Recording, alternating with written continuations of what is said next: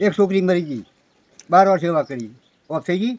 શું પછી તકલીફ હતી? બીજા દીકરાને તકલીફ પડી. શું તકલીફ હતી દીકરીના? દીકરીને તકલીફ હતી મગજની, એને ગાંડી હતી મગજની. હા હા મગજની માનસિકતા ગાંડા જેવી બેઠી હોય. હા હા ખાવા હાલે તો ખાય ને કે બેઠી જો, હા હા.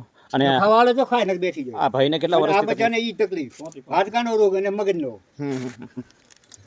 બે ને એક જ તકલીફ. હા હા હા. અને મારા ઘરનાને કૂતરું કેળ્યું હડકાયું, લગભગ એના વડે ત્યાં આધારી હડકવા ઉપડી ગયો. 3:30 દાડા જીવી, 4 વાગે ઓફ થઈ ગઈ. 9 લાખ આકર લઈ ગયા હતા. દાદાએ હંમેશા માટે પોતાના જીવનમાં દુઃખ જ વેઠ્યું છે. પોતાની પત્ની મૃત્યુ પામ્યા, એ પછી પોતાની દીકરી પણ મૃત્યુ પામ્યા, અને બંને બાપ દીકરો નિરાધાર બની ગયા. અને એ દીકરો 35 વર્ષનો, તમે જોઈ રહ્યા છો વિડીયોમાં, વિકલાંગ મંદબુદ્ધિનો, રહેવા માટે ઘર નહીં, અને બાપ દીકરાનું આ દુનિયામાં કોઈ નહીં.